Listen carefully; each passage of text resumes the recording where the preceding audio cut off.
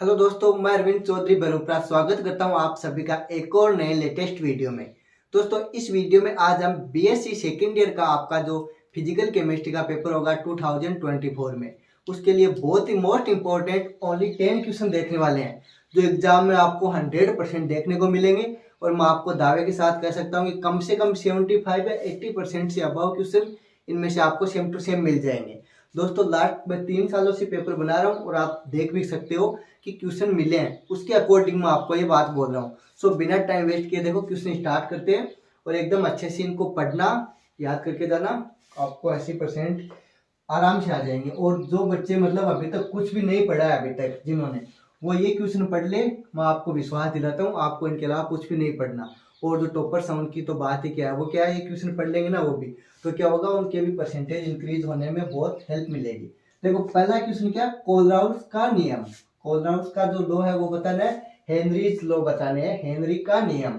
उसके बाद में ली सातेलिए का जो सिद्धांत है, प्रिंसिपल ऑफ ली सातेलिए, ये आपको बताना है, एग्जाम में आता है आपके, बहुत बार रिपीट होते हैं ये क्वेश्चन। नेक्स्ट क्वेश्चन देखो, उष्मागतिकी के नियम, लॉज ऑफ थर्मोडायनेमिक्स। जो उष्मागतिकी के नियम है आपको पता होगा कौन कौन से, 3 नियम है क्या, प्रथम नियम, द्वितीय नियम, तृतीय नियम, है ना, फर्स्ट लॉ, सेकंड लॉ और थर्ड लॉ, तो वो आपको ध्यान से देखने हैं।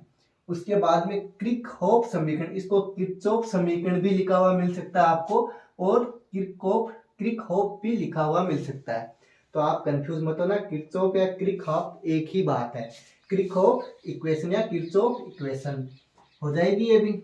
उसके बाद में कार्नोट साइकिल है, वो कार्नोट साइकिल है वो आपको आना चाहिए, एग्जाम में 100% आपको विथ एग्जाम्पल पूछेगा, तो ये क्वेश्चन तो आप रट लेना, बहुत ज्यादा मोस्ट इंपॉर्टेंट है, लास्ट ईयर भी आया और इस बार भी आएगा।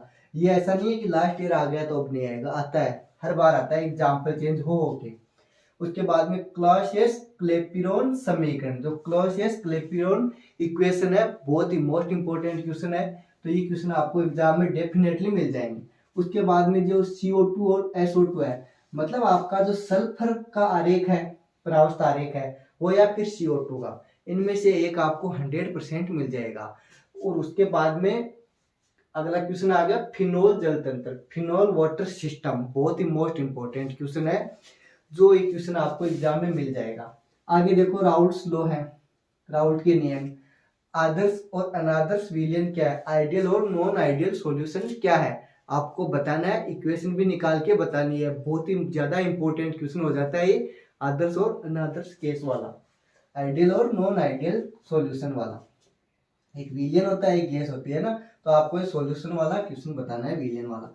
उसके बाद में हेस का नियम, हेस लॉ, जूल थॉमसन नियम, कुछ जगह पे आपको जूल थॉमसन थ्योरी भी मिल सकता है, सिद्धांत भी मिल सकता है ना, जूल थॉमसन लॉ।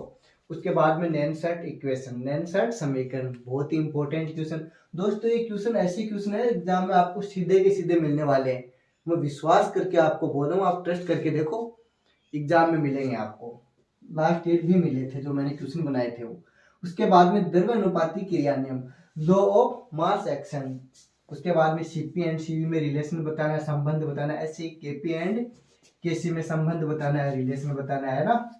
उदासीनीकरण उष्मा क्या, हीट ऑफ न्यूट्रलाइजेशन बताना है, बहुत ही मोस्ट इंपॉर्टेंट क्वेश्चन है ये भी, एग्जाम में डेफिनेटली मिल जाएगा। फेराडे के नियम है वो बताने हैं आपको, विद्युत रासायनिक श्रेणी, इलेक्ट्रोकेमिकल सीरीज बतानी है, ये तो आप कर दोगे, थ्योरी बेस्ड क्वेश्चन है। उसके बाद में गिब्स मुक्त ऊर्जा, गिब्स फ्री एनर्जी, उस ऐसी एक एंट्रोपी हो गई आपके, है ना, क्या हो गई, एंट्रोपी। डीवाई हक्कल थ्योरी, डीवाई हक्कल सिद्धांत, बहुत ही ज्यादा मोस्ट इंपॉर्टेंट क्वेश्चन है साथियों, आर्यनियस सिद्धांत या थ्योरी, आर्यनियस थ्योरी। अब देखो ये इंग्लिश में लिख दो चाहे हिंदी में लिख दो, नाम आर्यनियस ही रहना है, सिद्धांत को थ्योरी बोलते हैं, इसलिए मैंने शॉर्टकट में लिख दिया, आप समझ गए ना, तो मीडियम का कोई इसमें इश्यू नहीं होना चाहिए। बाकी जो अलग जैसे समझ में नहीं आ रहा हो क्वेश्चन हिंदी में, उनको मैंने इंग्लिश में भी लिखा है। उसके बाद में वितरण नियम, जिसे डिस्ट्रीब्यूशन लॉ बोलते हैं, ऐसे उष्माक्षेपी व उष्माशोषी प्रकरण।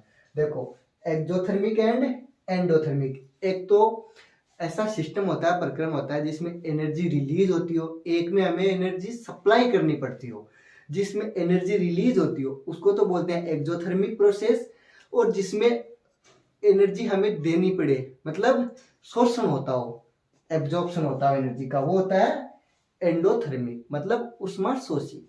तो जिसमें ऊर्जा बाहर निकलती हो, उष्मा का उत्सर्जन हो रहा हो, तो वो कौन सा हो जाएगा, कहा गया उष्माक्षेपी। और जिसमें उष्मा का शोषण हो रहा हो, बाहर से ऊर्जा देनी पड़ रही हो, क्या हो जाएगा, उष्मा शोषी। हो गया, ये दोनों प्रोसेस हो जाएगी, एक्सोथर्मिक एंड एंडोथर्मिक। तो इनके बारे में लिखना, आपको ये याद कर लेना, थ्योरी बेस्ड क्वेश्चन है, बड़ा ही शानदार। आगे देखो, डेनियल सेल हो गया, ऐसे ही शीशा संचायक सेल हो गया, जैसे शीशा संचायक सेल को इंग्लिश में बोलते हैं लीड एक्यूमुलेटर सेल। ये कुछ शायद 9 क्वेश्चन है, ऐसे ही है ना, 9 या 10 के समथिंग है। ये क्वेश्चन आपको एग्जाम में डेफिनेटली मिलेंगे, आप इनको याद करके चले जाना। आपके कम से कम 80% ये क्वेश्चन एग्जाम में सेम टू सेम मिलने वाले हैं, इससे ज़्यादा भी मिल सकते हैं। सो मिलते हैं जल्दी एक और नए वीडियो में, तब तक आप पढ़ते रहिए, मस्त रहिए। Thank you, thanks for watching.